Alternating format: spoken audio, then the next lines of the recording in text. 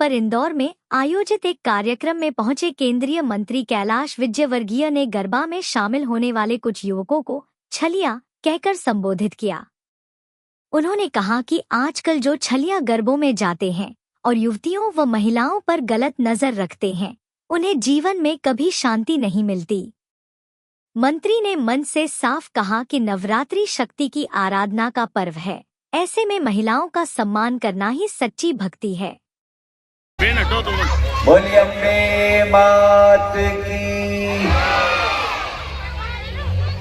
मंच पर उपस्थित भाई निखिल सोनी जो ये भव्य कार्यक्रम कर रहा है, विराट कार्यक्रम कर रहा है, उनके चरणों में मैं प्रणाम करता हूँ, पैर छूकर सबका आशीर्वाद प्राप्त करना चाहता हूँ।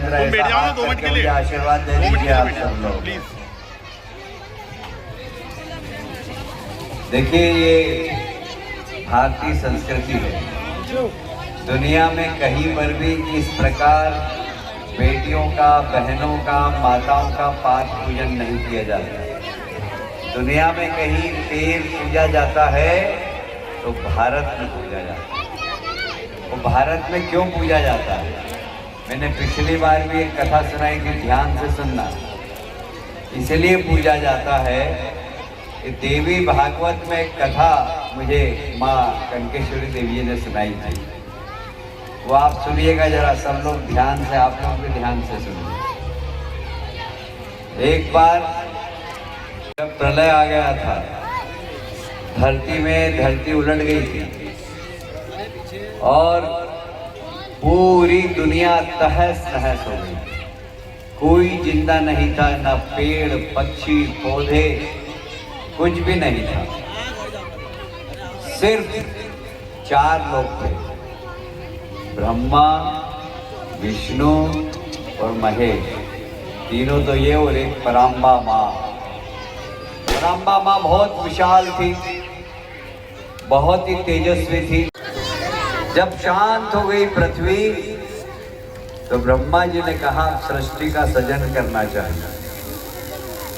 तो चारों बेटे ब्रह्मा, विष्णु, महेश और पराम्बा माँ, उन्होंने कहा कि शादी करना पड़ेगी अगर सृष्टि का सृजन करना है, जनसंख्या बढ़ानी है तो विवाह करना पड़ेगा। तो उस समय पराम्बा माँ अकेली थी और 3 पुरुष थे, भगवान शिव, ब्रह्मा जी और इंद्र देवता, ब्रह्मा, विष्णु, महेश। तो पराम्बा ने कहा कि मैं शादी करने को तैयार हूं, मुझसे कौन शादी करेगा? तो ब्रह्मा जी से पूछा, उन्होंने मना कर दिया क्योंकि इतना विराट व्यक्तित्व था पराम्बा माँ का, तो उन्होंने मैं तो नहीं कर सकता। फिर विष्णु जी से पूछा, उन्होंने भी मना कर दिया, मेरे को भी नहीं करना। शिव जी ने कहा एक शर्त पे करूंगा विवाह, आपका तीसरा नेत्र मुझे दे दो। ध्यान से सुन रहे हैं आप लोग? भगवान शिव का जो तीसरा नेत्र है ना, वो पराम्बा में उन्होंने दिया। तो पराम्बा तैयार हो गई, उन्होंने अपना तीसरा नेत्र निकाला और शिव जी को लगा दिया। और जैसे ही शिव जी को नेत्र लगाया, पर ये नहीं बताया उन्हें कि इसे खोलना मत, यदि इस नेत्र को खोल दिया तो जो सामने आ जाएगा वो भस्म हो जाएगा। बताया ही नहीं उन्हें। शिव जी को जैसे ही तीसरा नेत्र लगा, उनको कौतूहल हुआ, उन्होंने खट से तीसरा नेत्र खोला। जैसे ही नेत्र खोला, पराम्बा माँ खड़ी हुई थी, एकदम राख के ढेर में परिवर्तित हो गई, भस्म। तो एकदम घबरा गए विष्णु जी और ब्रह्मा जी। शिव जी को तो उनकी लीला पता थी। शिव जी ने क्या करा, एक पार्वती माँ, एक ब्रह्माणी और एक लक्ष्मी माँ। ब्रह्माणी ने ब्रह्मा जी से विवाह किया, पार्वती ने शिव जी से विवाह किया, लक्ष्मी माता ने विष्णु जी से विवाह किया। पर राख कितनी भी सोरो, ये महिलाएं जाती है, पूरी सोती है क्या?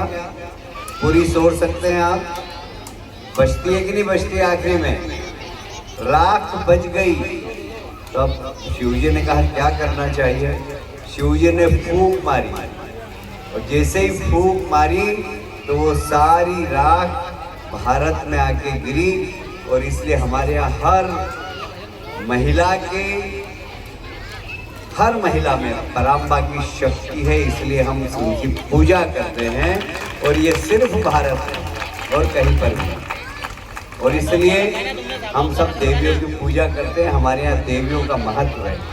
हर देवी, हर माता, हर बेटी देवी स्वरूप है। उनके पैर छूना चाहिए, उनको गलत दृष्टि से नहीं देखना चाहिए कभी। जो ये गरबा अरबा देखने वाले छलिया लोग चले जाते हैं ना कई बार, जो इस प्रकार की नज़र रखेंगे ना, उनको जीवन में कभी उनका सुख नहीं हो सकता, आनंद नहीं हो सकता। क्योंकि जो माँ के ऊपर आप इन बेटियों का नहीं, पराम्बा माँ के अंश की पूजा कर रहे हैं, पराम्बा माँ के अंश की। और ये नवरात्रि में करना ये बहुत बड़ी बात है। और इसलिए मैं आपको बधाई देता हूँ, आपकी पूरी टीम को बधाई देता हूँ।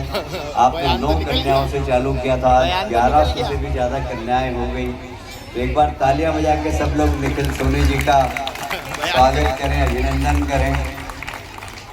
और मैं आपको विश्वास दिलाता हूँ कि इन कन्याओं के आशीर्वाद से आप जिंदगी में हमेशा जिस क्षेत्र में जाओगे वहाँ प्रगति करोगे। मेरी ओर से बहुत बहुत बधाई और शुभकामनाएं। धन्यवाद।